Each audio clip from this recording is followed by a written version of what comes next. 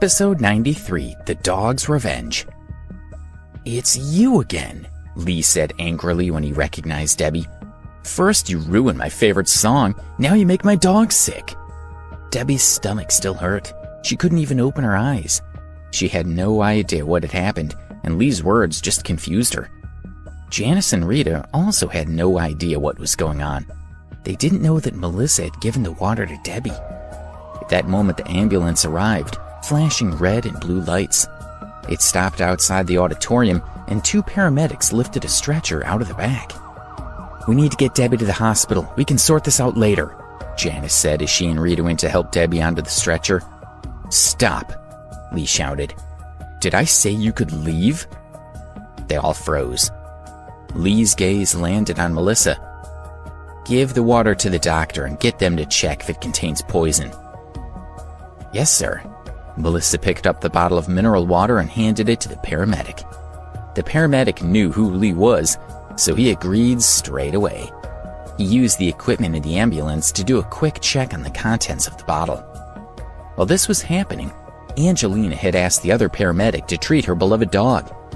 He immediately injected Duke with analgesics and anti-inflammatories to stabilize his condition. The first paramedic finished his tests and ran out of the ambulance. He said to Lee, "Mr. Dempsey, the test has shown that there has been poison added to this water. Drinking this water would cause severe abdominal pain." Hearing this, the crowd was in an uproar. Lee glared angrily at Debbie, who opened her eyes in shock. She looked at Melissa, and only then did she realize what had happened. Debbie slowly raised her arm and pointed at Melissa, saying, "It's her, Mr. Dempsey. This bottle of water. She gave it to me." "Bullshit," Melissa said in a fluster. She looked at Lee, afraid that he would believe what Debbie said. She continued, "Mr. Dempsey, she's trying to frame me because she thinks that I reported her to Miss Campbell." Debbie looked at Melissa furiously and said, "Nonsense, it was you." "Obviously, you drank it yourself to cover up the truth. Don't bother trying to frame me. If you admit the truth to Mr. Dempsey, I'm sure he'll understand and take pity on you." Melissa panicked, but she wasn't afraid. Today, she wanted Debbie to repay the debt that she felt she owed her, and with interest. Lee looked coldly at Debbie. "You must hate me for criticizing your singing, right?" he said. "So you decided to take it out on my dog? You have to understand that I sponsored this competition. I can only have the best singers on stage. Go on, admit what you did." Debbie looked at Lee and shook her head. It wasn't like that. She had no bad feelings toward him.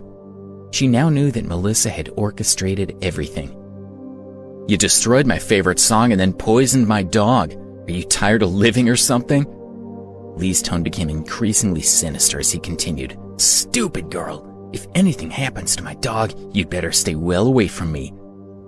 At that moment, Angelina walked straight over to Debbie and, without saying anything, she slapped her face twice.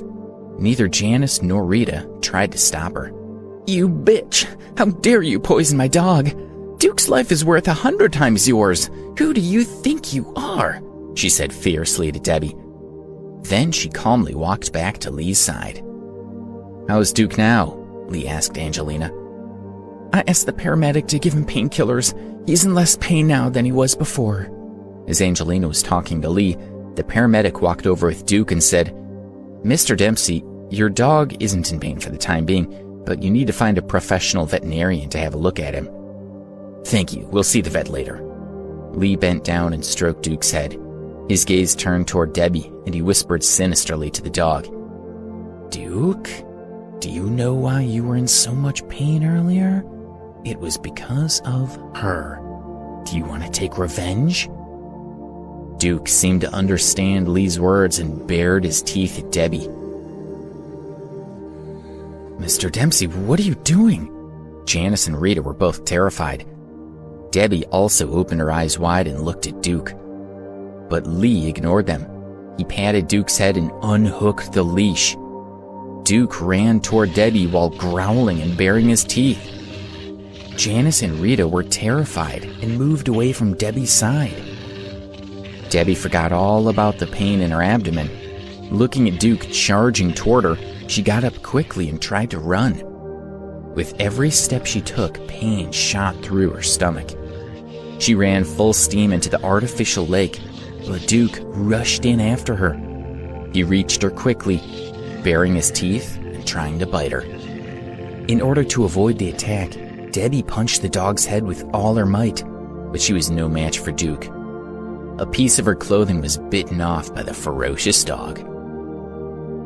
While Debbie was being mauled by a crazed dog in Chicago, Alex was getting drunk with his friends in New York. With a flushed face, he raised his glass and clinked it with Joe. "Drink, my friend. You've really found yourself a wonderful wife." Debbie fell into the lake with a splash. She choked as she swallowed a mouthful of water and desperately tried to stand up. Duke bit her arm and she started bleeding. Meanwhile, Alex clinked glasses with his friends. The liquor splashed out and they all laughed loudly. Alex felt happy. He couldn't remember feeling as content as he did that night. In the artificial lake, the girl and the dog were splashing maniacally. Duke had a lot of energy, but Debbie was already on the verge of exhaustion. Her clothes were torn, her body was bitten, and she was starting to lose a lot of blood. Duke was looking for an opportunity to bite her neck and finish her off. Janice and Rita pleaded with Lee to save Debbie, but it was useless. If Duke killed Debbie, Lee would tell everyone that it was an accident. His reputation wouldn't be affected at all. At that moment, a strident voice came from behind the crowd. "Hey, isn't this meant to be a talent show? Why is there no one on the stage, and why are all of you standing out here?" 4 female performers walked out with the young man. The girls were all elegantly dressed and stunningly attractive. Any one of them could be a supermodel. In contrast, the young man was wearing shades, a baggy t-shirt, and surfer shorts showing off his extremely hairy legs. He looked like he was wearing a pair of woolen pants. Trying to get on Lee's good side, an audience member pointed to the approaching young man and said rudely, "Hey, who are you? How did you get here? Don't you know Mr. Dempsey's here?" The youth glanced at the young man and then told the girls beside him to wait a moment. He casually walked over to him and asked softly, "Were you talking to me?" The young man tried to act tough, but he was still a little nervous. He spluttered, "Yes, Mr. Dempsey's still here. Who do you think you are?" But before he could finish, the youth had already reached over and had hit him 10 times in the mouth. The poor young man's lips were swollen and bleeding. His handsome face was battered and bruised, and he was on the verge of tears. "Mr. Dempsey, he hit me," he complained to Lee in a whine. "Shut up." Not only did Lee not help him, but he actually punched him as well. The poor man was now bleeding from his nose. He was in complete misery. If he had known what was going to happen, he would have never gotten involved. No one could understand what Lee was doing. Why wasn't he kicking out this arrogant newcomer? To their surprise, Lee walked over to him with a fawning smile and said, "Mr. Ambrose, when did you arrive in Chicago? Why didn't you get someone to notify me when you arrived? I would have arranged for someone to pick you up." The audience was dumbfounded. They wondered, who is this Mr. Ambrose that Lee Dempsey's so afraid of? One man muttered to his friend, "Mr. Dempsey's such an important and powerful businessman, and yet he bowed to this slob?" "This Mr. Ambrose must be even more important than Lee Dempsey," agreed his friend. The first man looked at his phone and confirmed, "Yeah, he is. The internet says that this Mr. Ambrose is involved with half of the female celebrities in the entertainment industry. He's worth a fortune." From Lee's reaction to the youth, the onlookers had guessed his identity. The young man was Alex's half-brother, Justin. Since he had never been interested in the family business, no one recognized him.